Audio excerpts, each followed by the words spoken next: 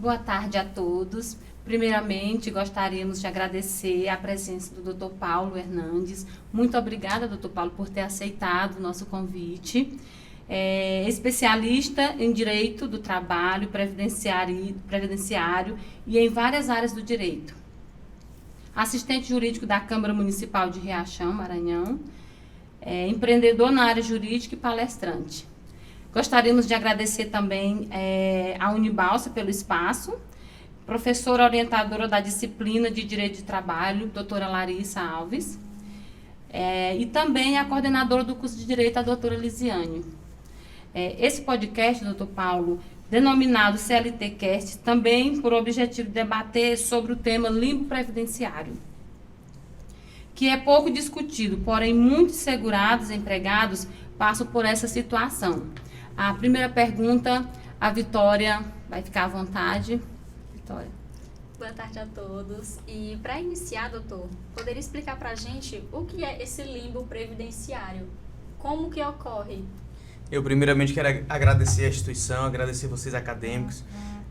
A faculdade está de parabéns por ter uma estrutura dessa e ter pessoas competentes para conduzir os trabalhos. Falar de um assunto relevante que na Justiça do Trabalho está tendo uma repercussão muito significativa, mas que poucas pessoas, apesar de vivenciar, não sabem dizer que isso é o limbo ou não é. Tá? Então, em linhas gerais, o limbo previdenciário, ele nasce quando alguém que tem algum problema de saúde, uma doença, uma incapacidade superior a 15 dias, e ele agenda, ou a empresa agenda uma perícia médica junto ao INSS. Esse intervalo de tempo do agendamento até a realização da perícia, e essa perícia realizada pelo INSS, quando é negada pelo médico perito, o grande questionamento é, quem é que paga? Então, esse período de tempo entre o agendamento e a realização da perícia médica negativa, ela é chamada de limbo previdenciário trabalhista, porque existe um grande impasse. Porque nesse período, o funcionário, ele está sem exercer atividade laboral porque ele está doente, ele está incapacitado. Automaticamente é encaminhado para o INSS. O INSS aguarda-se fazer a perícia médica, porque devido à grande demanda de pessoas e de pessoas que precisam do INSS, tem-se uma fila extensa.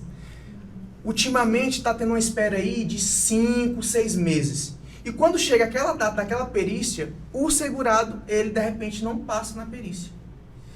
E a empresa, por não estar sendo, pelo funcionário não estar exercendo atividade laboral, a empresa também não vai pagar o funcionário. E é o grande questionamento de quem é a responsabilidade. E isso é o limbo previdenciário, tentar identificar de quem é a responsabilidade e quem deve pagar as verbas. Se é o INSS, que negou o segurado quando foi fazer a perícia médica, ou a empresa, porque deixou de assistir esse funcionário quando ele mais precisava, que era no caso de doença. E ele não pode ficar sem receber, né? Tem que... É o verba alimentar, né? É uma verba alimentar e aquele segurado, ele carrega consigo algumas obrigações e a sua família é a sua principal. Então, é muito importante esse tema, porque a grande demanda de indeferimentos de perícias médicas junto ao INSS são significativas e cada tempo que passa aumenta. Então, precisa se identificar de quem é essa responsabilidade quando se trata de funcionário empregado. E nesse caso, prejudica também o segurado, né? Sai prejudicado, porque como que fica o empregador? Ele pode se responsabilizar, no caso, se for negado pelo INSS, como que fica o empregado? Nesse caso, o grande ponto está em quem é a culpa. Porque quando você faz a perícia médica no INSS, o médico perito federal, porque o INSS é uma autarquia federal, o médico perito federal, ele informa que a pessoa está apta ao trabalho. Automaticamente, você vai ter que retornar à empresa. Porque se você não retorna à empresa, isso configura o quê? Abandono de trabalho, que pode acarretar o que mais? Demissão por justa causa. Exatamente. Então, quando você não passa na perícia médica, automaticamente você tem que retornar à empresa. Com o indeferimento do INSS falar, patrão, o INSS me negou. E agora? Aí o patrão tem que fazer o quê? Encaminhar para o médico da empresa. E o médico da empresa vai fazer o quê? O exame de retorno dele, para saber se ele tem condição sim de trabalhar ou não. E é o grande ponto. Na sua grande maioria, os médicos da empresa vai dizer o quê? Que o funcionário está inapto. E aí o grande questionamento, quem tem razão? O médico federal do INSS, onde fala que está apto ao trabalho, ou o médico da empresa, onde fala que está inapto? E às vezes até o médico do trabalho, né, da empresa, e até a própria empresa fica até com medo, né, assim, desse retorno dele, mesmo o perito federal, né, constatando a aptidão dele para a volta do emprego, né, fica até com medo, né, dele ter algum acidente devido àquela incapacidade anterior. Exato. Né, e a empresa ser responsabilizada por um outro fato, né? Exatamente. Porque aquele problema dele pode piorar, né? Porque às vezes ele tá debilitado por um problema ali. Aí o médico, o perito do federal diz, não, tá apto ao trabalho. E se a empresa pega esse trabalhador para trabalhar, né, para voltar, e aí ele não pode se prejudicar mais, a doença, agravar a doença, e aí, como é que fica nesse caso? Perfeitamente. Nesse caso onde tem esse grande embate entre quem é que está certo, quem está errado, e o patrão fica sem saber qual é o posicionamento que ele vai seguir. Se é a orientação do INSS, onde afirma que ele tem condição perfeitamente de voltar a trabalhar, ou se é do médico da empresa, onde fala justamente o contrário. Nesse caso, a empresa tem que tomar muito cuidado, porque é aí que nasce o limbo previdenciário. E aí, de repente, pode nascer uma liceu trabalhista, uma ação trabalhista, onde vai fazer com que o funcionário ingresse com ação trabalhista, argumentando que esse período de 5 meses, onde eu dei o exemplo no início, seria responsabilidade da empresa de arcar com essas verbas alimentares, porque a culpa não era do funcionário, foi culpa do INSS, porque o médico perito não teria levado em conta a documentação por completa, não teria levado em conta a situação clínica, a incapacidade por completa daquele segurado, daquele funcionário. Sim. E tanto é verdade que o próprio médico da empresa atesta a incapacidade dele. E aí, nesse caso aí, tem que se tomar muito cuidado. E o médico da empresa, ele tem que tomar um pouco de atenção, porque, de repente, ele, muito embora ele não seja condicionado a perícia do INSS, ele não ser condicionado ao parecer do médico federal, porque ele tem a sua livre expressão com relação ao seu estudo, seu conhecimento, ele pode colocar um laudo afirmando o contrário do médico federal. No entanto, isso pode vir a acarretar um problema futuro para a empresa. E aí o que pode ser feito, que é justamente o que você falou, a depender do grau de incapacidade do problema, tentar readaptar esse funcionário em uma outra atividade naquela empresa que de repente não exerça ou que não precise de exercer aquela parte do corpo que de repente aconteceu alguma lesão, algum problema de saúde, e ele possa se readaptar a uma outra atividade. O problema é que nem todas as empresas são grandes o suficiente para ter condição de ter uma reabilitação profissional daquela pessoa. Essa questão de realocar o funcionário, né? E você, às vezes, mesmo na realocação desse funcionário, você ainda corre-se o risco de agravar a situação dele, que, às vezes, dependendo da situação que ele se encontra, um exercício que, às vezes, pode ser até sentado, mas, às vezes, pode ser que acabe agravando. Eu creio que é uma situação que muita gente já tenha passado, ou conhece alguém que já passou por isso, né? Se você não passou, mas conhece alguém, e aí você fica... O funcionário, pensando pelo lado do funcionário, você fica sem saber a quem recorrer. Se é a empresa, se é o INSS. E aí a pessoa fica quase que desesperada. Seguindo aqui com a gente, você poderia explicar um pouquinho pra gente qual seria a relação, então, desse limbo com o direito do trabalho? O que você acha que tem essa ligação aqui nesse ponto? Na verdade, o direito previdenciário e a relação trabalhista, elas andam em conjunto, né? Então, elas são irmãs. A gente costuma dizer que tem uma relação muito íntima entre o direito previdenciário e o trabalho, porque uma coisa vai para a outra. Por exemplo, o INSS, o desconto do INSS vem diretamente da folha do empregado e que vai diretamente para o INSS. Então, tem uma coisa que complementa a outra. O limbo previdenciário, nesse caso aí, ele está muito direto, porque também vai ocasionar consequências trabalhistas. Muito embora ele tenha nascido em uma relação previdenciária, naquela problema de saúde da pessoa, e que aquele problema de saúde é superior a 15 dias, automaticamente tem que ser encaminhado para o INSS.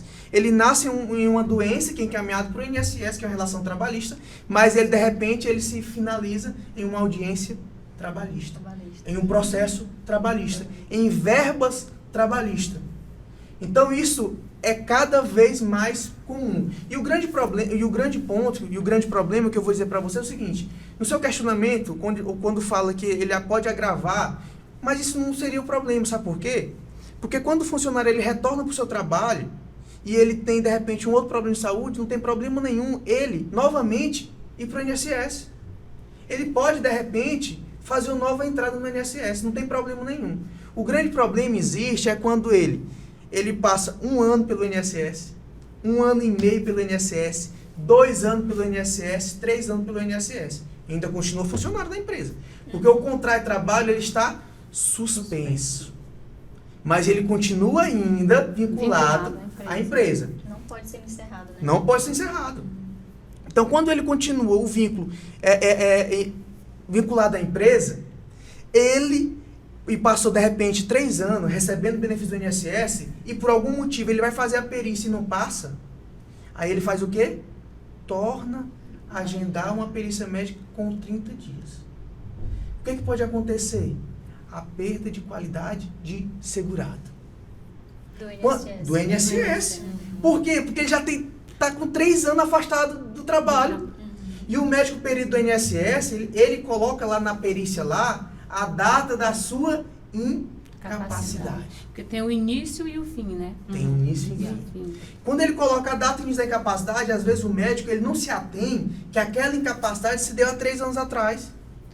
Porque se o médico perito colocasse que a incapacidade se deu há 3 anos atrás, ele tinha qualidade de segurado, porque ele era funcionário. Mas pode ser que nesse segundo momento que ele vai dar entrada no benefício do INSS, o médico perito, ele coloca que aquela incapacidade se deu naquele dia, ou naquele dia do agendamento. E naquele momento, depois de 3 anos afastado do trabalho, de repente ele não tem mais qualidade de segurado. Como que esse trabalhador vai provar para o médico que está desde lá atrás, que está incapacitado? Aí ele não pode ser prejudicado. Nesse caso aí, ele sai prejudicado.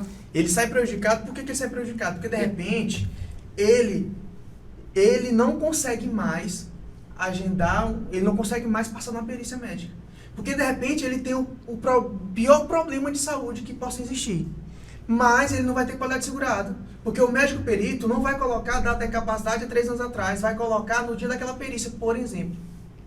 E aí, se colocar no dia da perícia, as perícias estão demorando, aí, às vezes demora 1 ano. Às vezes você passa 8 meses para realizar uma perícia médica, chega no dia o médico não vai para a agência. Aí tem que remarcar e se ficar vai por mais um ano. Isso até em uma cidade distante. Né? Exatamente. Aqui em Balsas, inclusive, a gente teve casos que a maioria do pessoal estava conseguindo fazer Imperatriz, alguns que estavam fazendo exatamente. Estreito. Você tinha que se destacar daqui até lá. E ainda tem que arcar com esse custo ainda dessa viagem, né? Porque para a pessoa já estar ali, incapacitado, tentando o benefício, e ainda ter que ter esse gasto ainda é uma situação muito complicada ainda para ele. É absurdo. E nesse ponto, a pessoa pode agendar quantas vezes perícia for, e ele pode, de repente, não ter a perna, não ter um braço, mas ele não vai conseguir o benefício mais. Por quê? Porque está sem qualidade segurada. Tanto sem qualidade segurada, ele não consegue mais. Aí ele vai ter que fazer o quê? Voltar para o empregador. Patrão, resolve minha vida. Porque, como é que faz? Você não quer mais me colocar para trabalhar, porque eu não tenho condição. O médico não me aprova. Eu não passo na perícia porque eu não estou em dias com o INSS. O senhor não recolhe meu INSS porque eu não estou trabalhando. Como é que faz? É o limbo previdenciário. A empresa vai ter que arcar. Aí ela tem algumas alternativas. Vai colocar ele em casa e vai ficar pagando o trabalho dele. Vai colocar ele para fazer uma reabilitação em outra atividade, a depender do caso, a depender da empresa, porque nem toda empresa tem condição de fazer isso, ou até mesmo, em último caso, depende da situação. É uma pergunta demitir. Também. E nesse caso, o empregador não pode demitir ele estando com problema incapacitado, ou o empregador pode demitir? O empregador, quando ele recebe aí um deferimento do INSS, o empregador ele está o quê? Abraçado pela decisão federal. uma decisão federal. Ah, então ele não pode. Na verdade, ele pode. Pode demitir Foi ele. negado o benefício. Olha só, a depender da situação, nós não estamos falando de acidente de trabalho, gente. Olha só, nós não estamos falando de acidente de trabalho. Estamos falando de uma incapacidade normal. De uma doença. De uma doença comum que não é acidentária. Nesse caso, quando ele sai do INSS, estava recebendo benefício do INSS normal, e ele faz uma perícia e ele é negado, na decisão do INSS fala o quê? Que ele está apto. Se ele está apto, ele vai ter que fazer o quê? Retornar ao trabalho. O empregador, ele vai fazer com que ele passe pela junta médica da empresa. A junta médica fala que ele está apto. Existe alguma proibição dele ser demitido? Nenhuma. Infelizmente. Ele não pode ser demitido por justa causa. Mas sem justa causa, não tem algo Não tem nenhum que que impeça. impeça. Diferente se for um acidente de trabalho, aí isso vai ser uma outra discussão, questão, porque né? ele tem estabilidade de 12 meses após o seu retorno de trabalho. Mas é muito importante a empresa estar cercada de provas, de documentação pertinente, porque isso pode fazer com que depois o oficial de justiça da vara do trabalho bate na porta da empresa, argumentando que aquele funcionário ingressou com ação judicial, afirmando que ele não poderia ser demitido pelo problema de saúde que ele teve. Então a empresa tem que estar muito bem cercada de documentação. Então, nesse caso, só para esclarecer para o pessoal ficar mais claro, no caso do limbo, quando ele é dispensado pelo médico do INSS, deu que ele está apto lá para a empresa. E a empresa pode fazer, não precisa do tempo de 12 meses, igual quando acontece acidente, correto? É isso? O acidente de trabalho tem estabilidade de 12 meses. Não é o caso, não é o exemplo que nós estamos dizendo. Nós estamos dizendo o seguinte, que ele teve uma doença normal, só que a doença dele foi superior a 15 dias, automaticamente, a incapacidade superior a 15 dias, e ele foi encaminhado para o INSS. Fez a perícia no INSS, passou, ganhou uns 6 meses, 1 ano, fez a perícia de prorrogação, foi negado. Perícia de prorrogação negada, ele diz o que é a carta? Condição apta ao mercado de trabalho. Pode voltar para a empresa.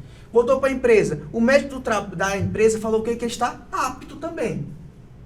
Se o médico da empresa está dizendo que ele está apto, aí nós não estamos dizendo de limbo previdenciário. Porque o limbo previdenciário é quando ele faz o agendamento no INSS, não passa na perícia, e esse intervalo de tempo ficou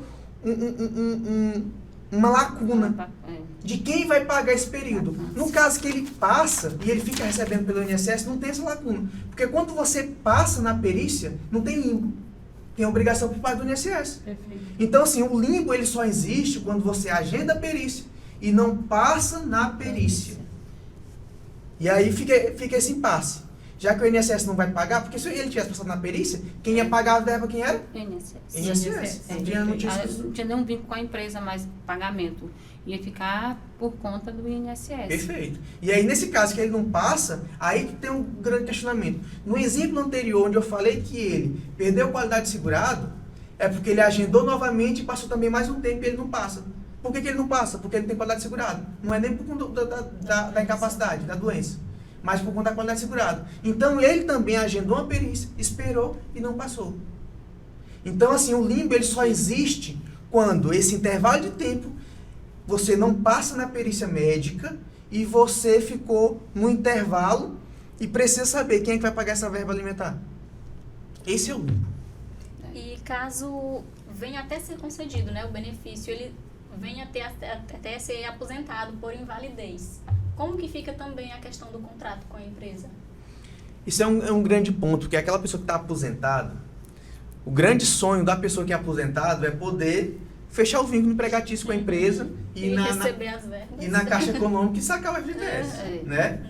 Mas nem todas as pessoas que são aposentadas, e principalmente com relação à aposentadoria por... Porque antes se falava em aposentadoria por invalidez. Isso. Hoje é outra nomenclatura.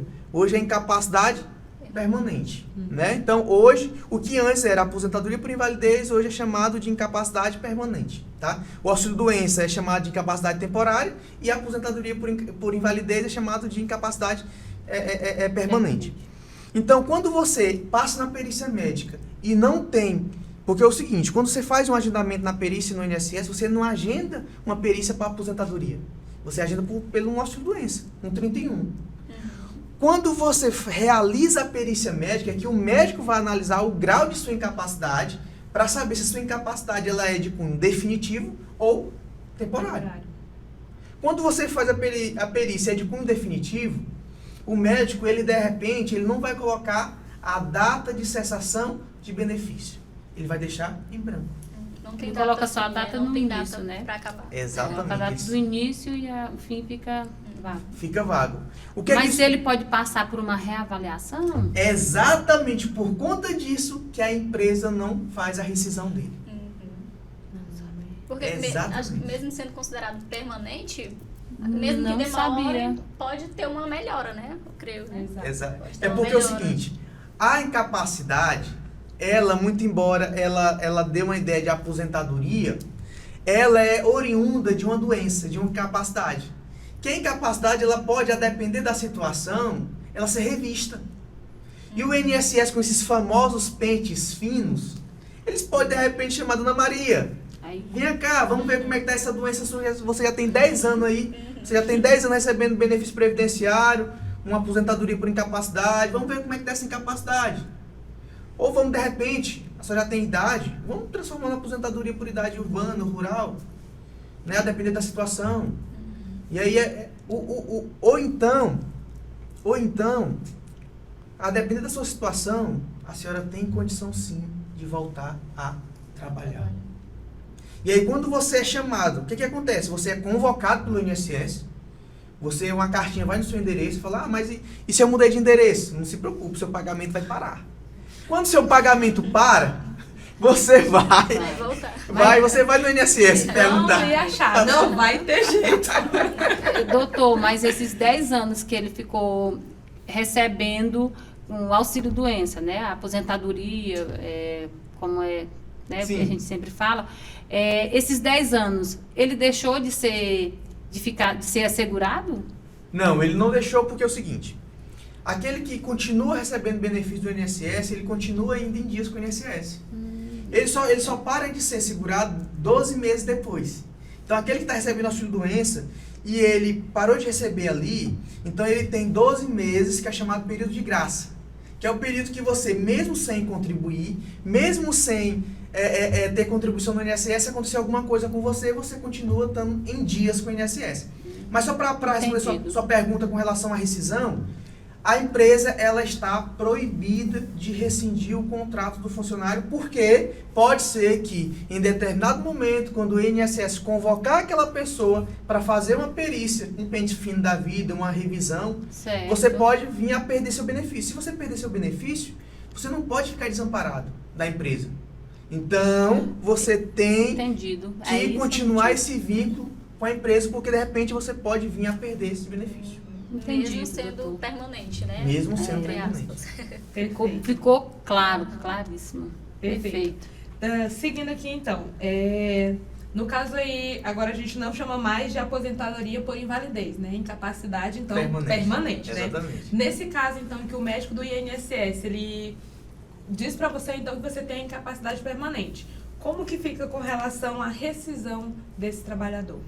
É exatamente isso. Ela fica suspensa, né? Então, o contrato de trabalho do funcionário está suspensa.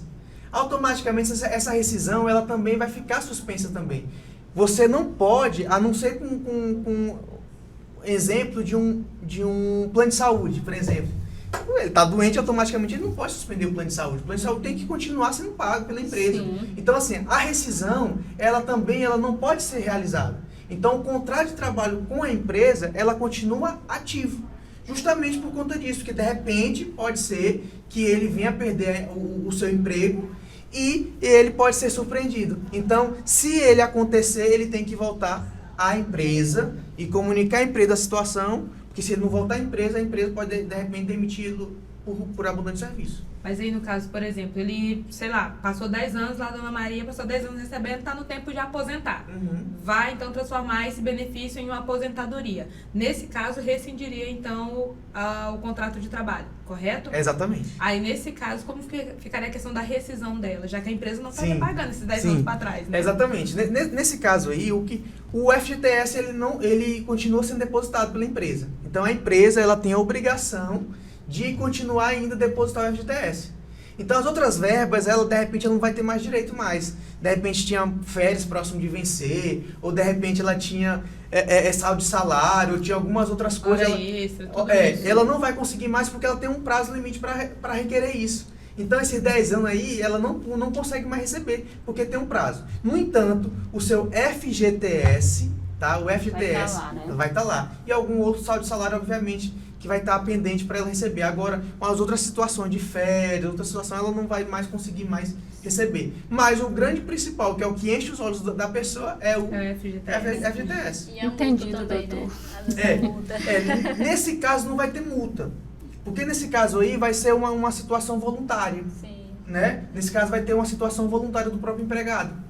Porque, na verdade, quando ele está demitido, ele está com aposentadoria por incapacidade permanente, ele, de repente, ele até quer perder os vínculos com a empresa. Ele até quer sair da empresa, para justamente sacar esse dinheiro, ter esse direito. Só que a empresa que não permite, a empresa que não aceita demiti-lo, por conta desse problema que depois pode virar uma ação trabalhista.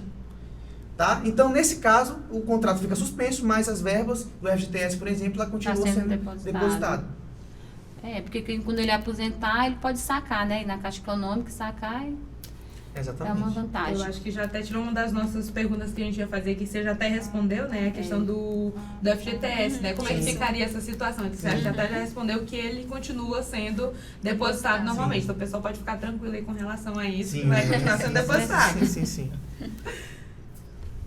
Meninas, o que mais tem de dúvida, perguntas? Se caso o empregado ele fica incapacitado durante o aviso prévio, como que fica esse aviso prévio? É uma situação bem simples, tá? Isso é até interessante que às vezes a pessoa, a exemplo da incapacidade, é o mesmo exemplo de uma gravidez, é o mesmo exemplo de um acidente de trabalho, no aviso prévio, né? Então, vamos imaginar que é uma doença normal. A pessoa, ela ficou doente, com uma incapacidade superior a 15 dias, e ela vai para o INSS. Tá? Então, o contrato fica suspenso ali também naquele período, depois ele volta e aí ele finaliza. Tá. Então, assim...